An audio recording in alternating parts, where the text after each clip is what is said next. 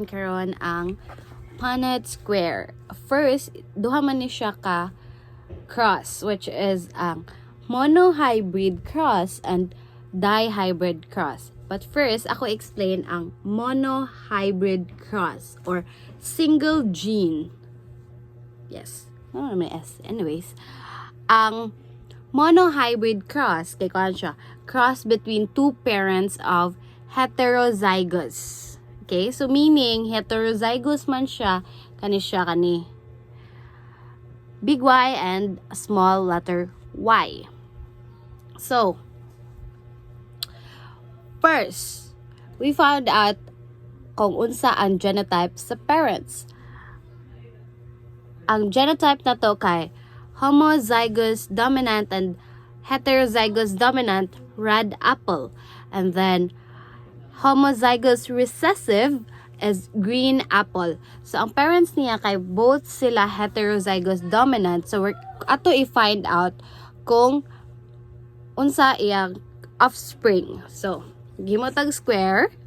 And then, there's big letter Y, small letter Y, big letter Y, and small letter Y.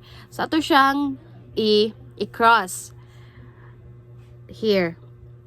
Big Y with a big Y equals double big Y, which is meaning heart. And then, here na sa ta, big Y and small letter Y, meaning ang, kita mo na, big Y and small letter Y. And then, sa ubos na po, big Y and small letter Y, meaning triangle and then small Y both here. So, ang heart, muna siya, homozygous dominant. Ang triangle, kaning duha, kay heterozygous dominant. And then, ang kaning circle, which is kani siya, kada heterozygous recessive. So, ang atong genotype ratio kay 1/4, 2/4, and 1/4. And then, ang atong ratio is 1, 2, 1, this. And then, atong phenotype ratio, ito pakita, ito i-fold. This one, the phenotype ratio kay 3/4 red apple and 1/4 green apple. Nganong 3/4 ang red apple na duha ra man ni ka triangle diri ang pariha. Maong na 3/4 siya kay look here. This one is big letter Y, right? Tulo man siya good ka buok nga kanang ang nag-una kay big letter Y. Kay dominant man na siya, so muhugid siya og kanang isa ka offspring. I mean, dili siya isa ka offspring, like isa ka like whole percent bitaw. Muna ang green apple kay usa man siya nga recessive, kay ang dominant tulo biya ka buok, kay ang dominant kay big letters biya.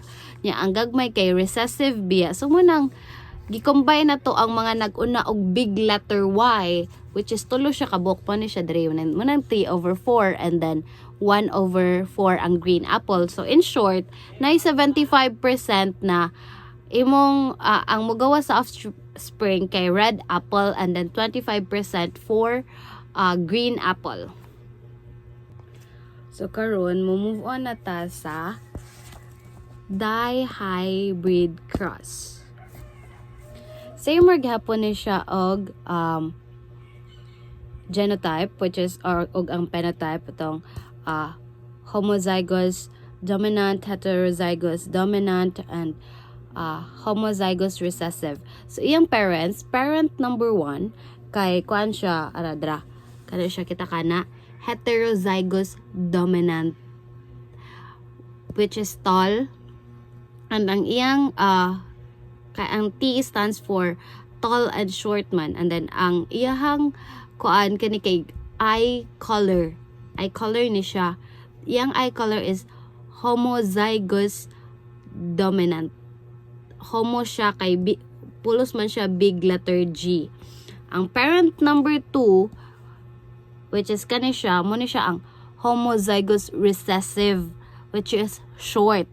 Ang kani siya, homozygous recessive sad, which is yellow. So, ato siyang ihimuan og box, i-4x4 na to siya, nya, ato ni siyang i-foil method.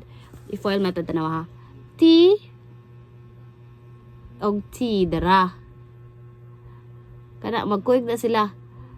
T, og TG, kana, og kana ba, i-foil kani. Kani, og kani, kani, og kani. Kani, og kani, og kani, awa. Kaning duha, nagkuig ba sila, o dara sila. Kaning duha, di ba, kani, og kani, nagkuig ba sila, dara sila duha. And then, ang kani siya, o dara. TG, og TG, o. Imo siyang gitag-sa-tagsag distribute ba, ana? So, dara siya. Duha ka big letter T ug G, and then duha pod ka small letter T ug big letter G, and then puro sila tanan small letter G ug T. So, ato siyang i-cross. Just kani una, kana. Na siya big letter T, so may mag-una dara big letter T. Nya ni sunod si small letter T, which is diri na to ibutang, and then si G na sa dayon ato ibutang diri og then kani siya. So and so forth. Since same ra man ni sila tanan diri og diri, parehas ra ni sila result. Big letter T, small letter T, big letter G ag small letter G, same ra sila result 3. Same goes here, parehas ra sila result 3 tanan. And then ang diri na ta, awa, small letter T dara, small letter T dara, big letter G dara, and big letter G ay small letter G dara. Same man ni sila tanan diri kay kaning duha ug kani kay same man sila ma-result. So man ni same ra sila answer. Duha ka small letter T, isa ka big G ug isa ka small G, which is ang iyang kanang genotype ratio kay ara 8/16. Nganong 8 man? Awa, kay same man ni silang tanan. Awa, 1, 2, 3, 4, 5, 6, 7, 8. Same man silang tanan. And then, mo nang 8/16. Kay 16 man ni siya, 4x4 man. And then, ang kani, ang usa nga, gamay na, duha ka gamay nga T, and then G nga dako, og G nga gamay, kay 8/16 siya kay, awa, 1, 2, 3, 4, 5, 6, 7, 8. So, mo na siya. Ang iyahang, phenotypic ratio kay dara. Ang T, big letter T og small letter T kay kuan man na siya, heterozygous dominant, which is tall ni siya, tall. Kanida yung same gihapon diri sa G kay big og small man ni nga G, so heterozygous dominant siya. So ang iyang result kay 8/16, tall and green. Okay? And then, ang ari, small letter T, duha ka buok, which is homozygous recessive, kay short. Nya, ang kaning G, kay, kuan man siya, heterozygous dominant man siya, kay big and small man siya. So, mo na siyang green. So, 8%, 8/16, kay short and green. So, mo na siya ang dihybrid.